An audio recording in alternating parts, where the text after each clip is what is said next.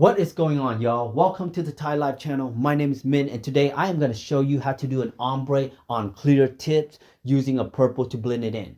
I have never done this design before, so I don't really know the terminology for it, but since it's clear tip blended in with the purple, I'm going to call it clear tip ombre. So as a nail technician, I always want you guys to have some kind of tricks under your sleeve because you never know what kind of design the client's going to ask you when it comes to producing nail service. That's true. Every time a client's come in, yes, you get lucky if they ask for the one solid color or French, but majority of the time they always want something different. So I do recommend nail technician have some kind of tricks under their sleeve ready to produce that kind of design. Even though you might not produce that design throughout the year very often, that does not mean you don't want to learn that trick. So me as a nail technician, I'm always looking at Instagram. I'm always looking at what's trending. I'm always finding a way that people are doing today and tomorrow so that I can keeping up with the trend. And to be honest with you, a lot of the nail design out there, the trend repeats itself. Like around this time where it's spring, you're going to see some flowers, some butterfly. You won't see no snowflake around spring. Huh? Who the hell is going to put snowflake during springtime? Okay? During the summertime vacation time, you might see a palm tree. You might see like some rainbow color. You will never see no Halloween design during the summertime. You know what I mean? So you just have to understand the holidays and the trends to do the design.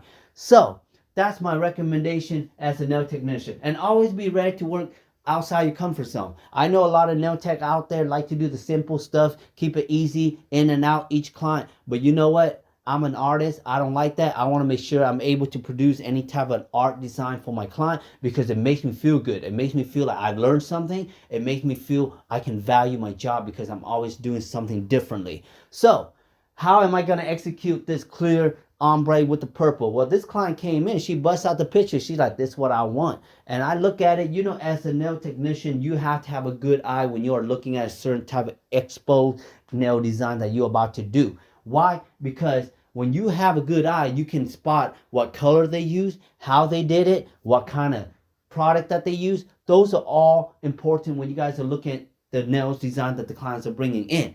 So, of course, this one, it's just a stiletto, clear, and a purple.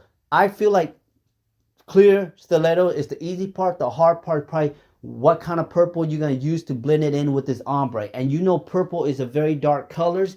Because of that, if you put too much of the acrylic onto the blend, it's going to cover up the clear. And if you put too light, it might not cover up enough to the clear. So you have to have the balance when it comes to doing this ombre. But first of all, before we talk about the ombre, we're going to start with the clear powder. So in my head at this moment, I'm thinking to myself, like, you know what?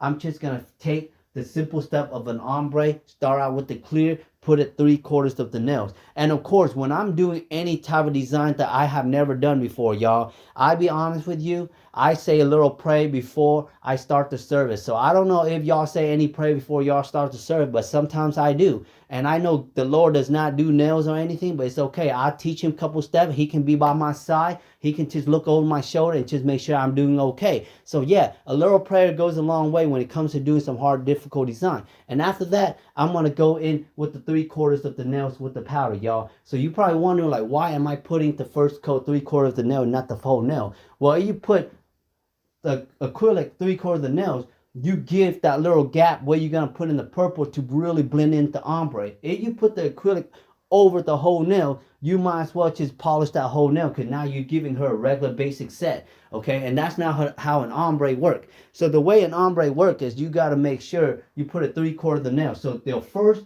powder blend is always 3/4 of the nails. Here's the trick though. If you're doing different type of color acrylic ombre, towards the top where you put the 3/4 of your acrylic, make sure it's kind of fading away towards, like moving all the colors to the tips, okay? Because you want the color to concentrate more towards the tip. So as I'm doing that, and I just want to let you know the tips that I'm using, it's just a clear tip. It was a pre-shaped ballerina tip. I just went in with the scissor and I just cut it into a stiletto shape, y'all.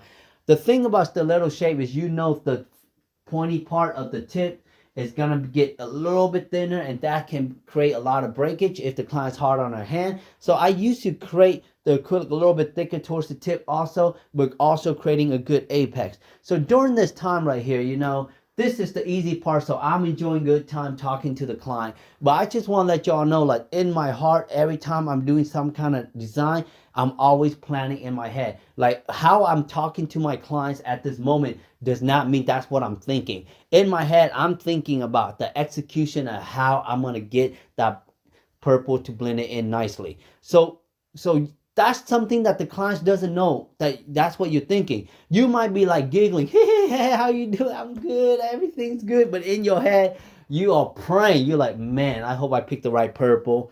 I hope the blend's gonna come out good.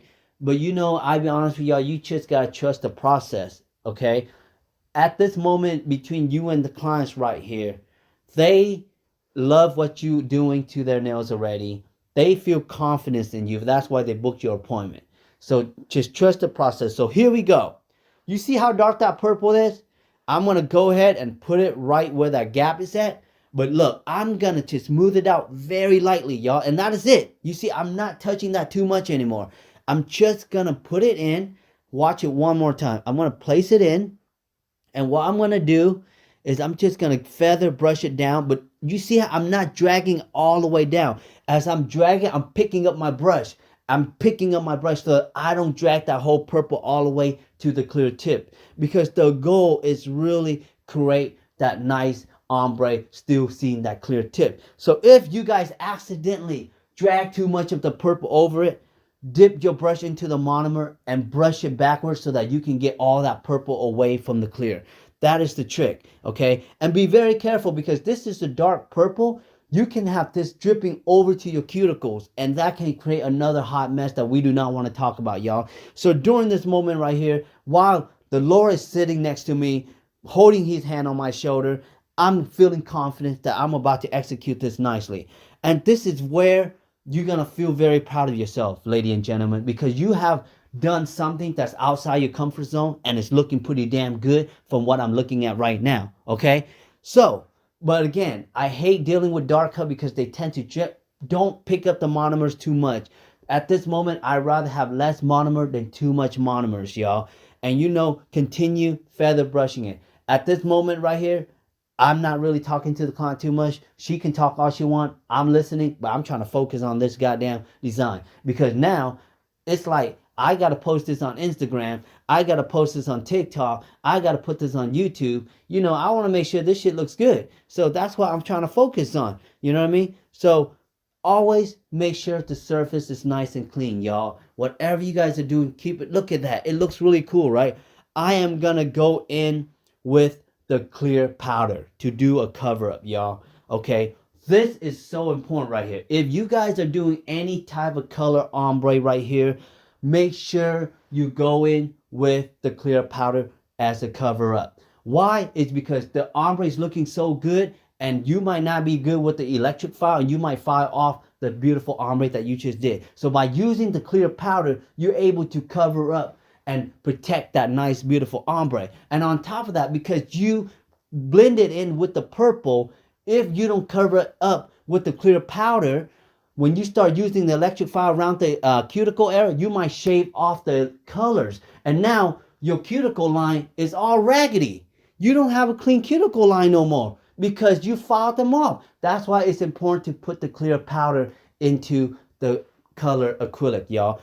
I do that with dark colors. I do that with I don't do that with light colors. Like, if you're good at the electric file and you're able to control your cuticle cutting area, you're fine with the light. But man, when I'm doing red, black, purple, anything that's dark colored, that the moment I smooth out the cuticle and then take one little paint off, that is all bad, y'all. Okay? So put the clear on. It's going to help you. The clear is the easy part. The only crazy is that, that it's so easy. The fact that you need the client's hand to dry a little bit longer before you start filing, because the clear takes a little bit long for it to dry.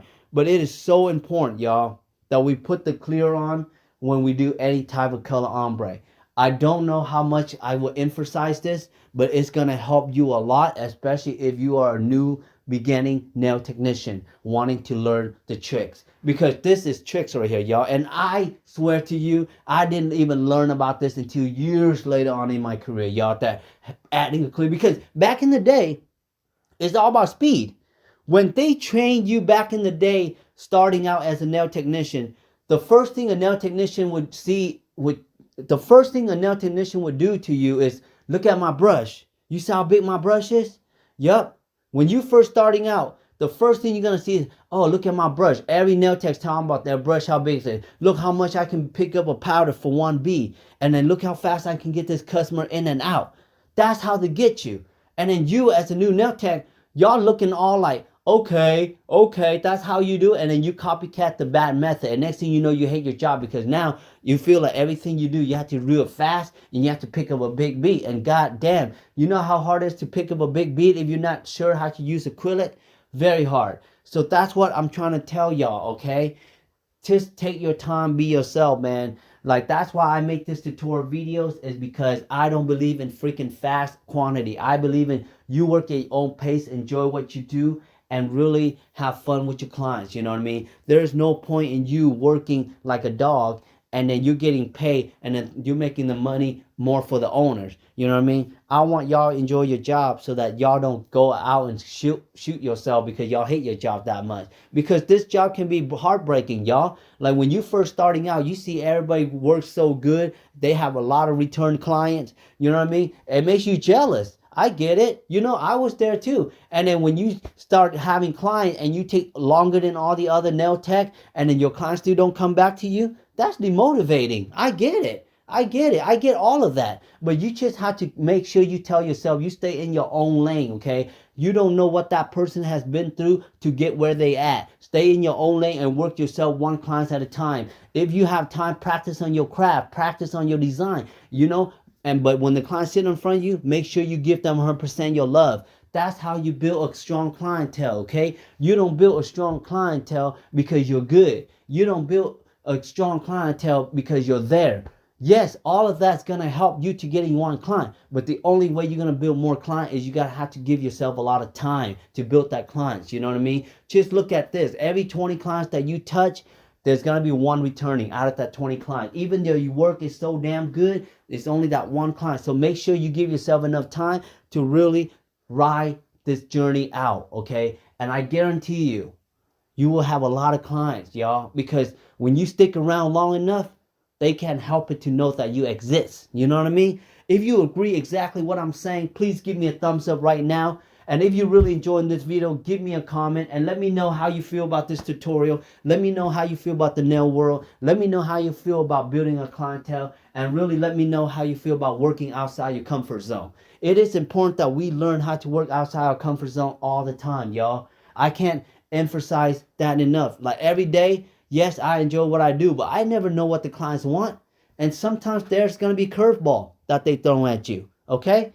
So, sorry, y'all. I'm like I said, if you watch my video long enough, I get so emotional and I rant on to other kind of topics, but it's always related to nail. Hopefully, y'all can relate to it. But now that we into the electric file during this ombre, you notice I'm just doing it fast around the cuticle because the surface is smooth already. Like I say, if you have a smooth surface, there's no need for you to really use the electric file too much on top of that, okay? The electric file during this moment right here, it's really for me to clean out that cuticle so the nails doesn't lift, okay? But after you do all that, you're just going to go in with the buffers and you're going to buff it real good, man.